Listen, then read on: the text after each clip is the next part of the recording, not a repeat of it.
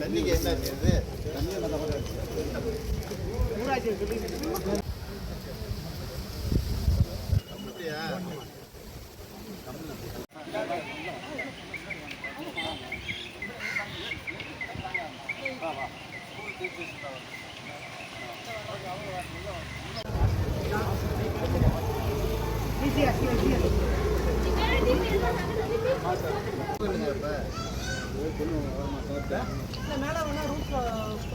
இது நல்லதாப்பா இருக்கு.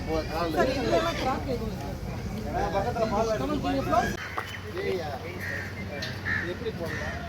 ஒரு ரீட்டைல்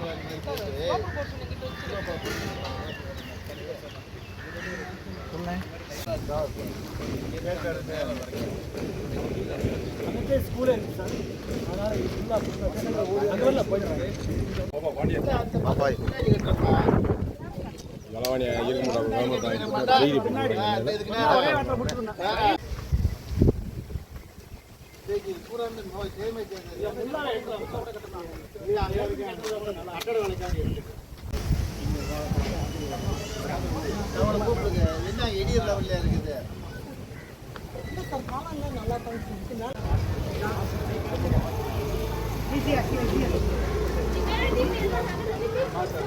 வந்து ஒவ்வொரு வாரம் சனிக்கிழமை வந்து அதிமுக பெரிய பெரிய தலைவர் முன்னாள் அமைச்சர்கள் எல்லாம் அவங்க இணைறாங்கல்ல, இது வந்து திமுக ஒரு பக்கம் தாவேக பலமா திமுக வந்து பலவீனமா நீங்க பாக்குறீங்க? எங்க கட்சி பலமா தான் இருக்கு, எங்களுக்கு எதுக்கு பலவீனமாகுது? போறவங்க அதிமுக காரங்க போறாங்க, திமுக எப்பயும் போல ஸ்ட்ராங்கா தான் இருக்கு. வரக்கூடிய காலகட்டங்களில் எந்த தேர்தல் வந்தாலும் திமுக ஜெயிச்சு முன்னிலைப்படுத்தும்ன்றத நிரூபிப்பனாங்க. அதே மாதிரி தான் இப்போ முன்னாள் அமைச்சர்கள் திமுகவை சேர்ந்த முன்னாள் அமைச்சர்கள் மேல வந்து இப்ப இருக்க அரசு வந்து பல்வேறு வழக்குகளை கொடுக்குறாங்க. இது வந்து பழிவாங்கும் நடவடிக்கையா நீங்க பாக்குறீங்க? இல்லை, பழிவாங்கும் நடவடிக்கைன்ற தவறு செஞ்சா யாருமே தண்டனை பெற்றுத்தான் ஆகணும். இப்போ நான் கேட்குறது மாண்புமிகு தமிழ்நாடு முதல்வர் ஜோசப் விஜய் அவர்களுக்கு நான் கேட்குறது, அதிமுகவுடைய முன்னாள் அமைச்சர்கள் எல்லா பேர் மீது வழக்கு இருக்கு.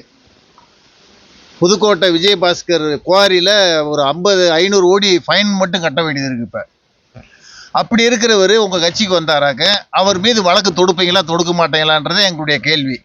அப்படி வழக்கு தொடுத்து அவர் மீது நடவடிக்கை எடுத்தால் உண்மையிலேயே ஜோசப் விஜய் ஆட்சி நல்ல ஆட்சின்னு தான் நான் சொல்லுவேன். வைகோ வந்து கூட்டணியில் இருக்கிறப்ப வந்து கூட்டணி விட்டு வெளியே போய் இப்போ கடுமையாக விமர்சனம் பண்ணிட்டு திமுகவை. அவருடைய கட்சி எம்எல்ஏக்களே 2 பேர் வந்து அவருடைய பேச்சை கேட்காம இப்போ திமுக எழுப்பணும்னு சொல்லி இணைஞ்சிருக்காங்க.